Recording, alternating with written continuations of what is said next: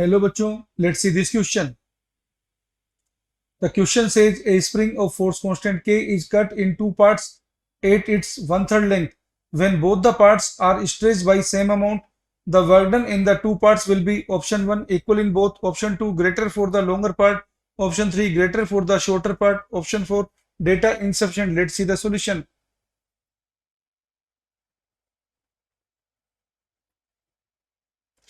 बच्चों यहाँ पे पूछा कि कौन से वाले केस में किया कि वर्क डन कैसा होगा, कम होगा, ज्यादा होगा, वो पूछा है। की कंसेप्ट ये है कि जब भी स्प्रिंग के अंदर वर्क डन निकालते हैं वो होता है हाफ के एक्स स्क्वायर, और स्प्रिंग को कट करते हैं, स्प्रिंग हुक्स लॉ को ओबे करती है, तो स्प्रिंग में के इंटू एल का प्रोडक्ट कांस्टेंट होता है। ये इसका की कंसेप्ट है।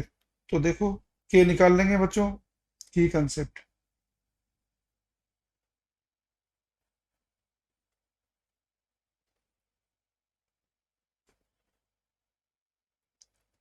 स्प्रिंग के अंदर के इंटू एल का प्रोडक्ट कांस्टेंट होता है।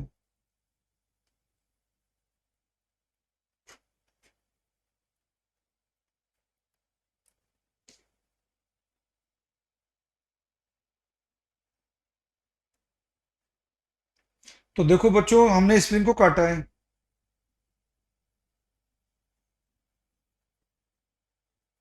कहां से, L/3 से। ये बचा 12/3। इसका फोर्स कांस्टेंट हमने मान लिया बच्चों K1, इसका फोर्स कांस्टेंट मान लिया हमने K2। तो देख सकते हैं के वन बड़ा होगा, K2 बड़ा होगा, जिसकी लेंथ कम होगी उसका के ज्यादा होगा। तो नेचुरल सी बात है, पहले वाली का के ज्यादा होगा। देखिए K1 into L/3 equal to आया K2 इंटू 12/3 इक्वल टू आया के इंटू एल। तो बच्चों K1 तो हमारा कितना हो गया, K1 तो हो गया हमारा 3K, और बच्चों K2 हमारा हो गया 3K/2।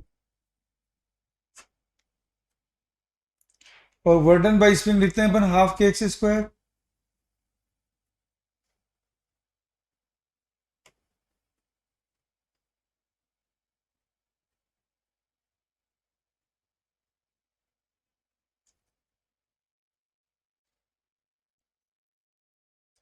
तो बच्चों सॉल्यूशन में अब पूछा है कि work done in the two part किस में ज्यादा होगा, जिस एक्स तो सेम है दोनों में, जिसका के ज्यादा होगा उसमें वर्क डन ज्यादा होगा।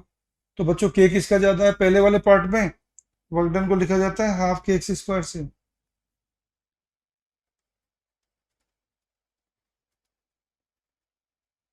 बच्चों एक सेम है दोनों का, तो क्या है कि पहले वाले पार्ट में, स्मॉलर पार्ट वाले में वर्क ज्यादा है बड़े पार्ट से।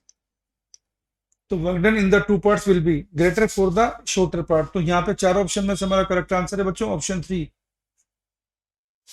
Hope you understood the solution. Final answer है option 3। Hope you understood the solution. Best of luck.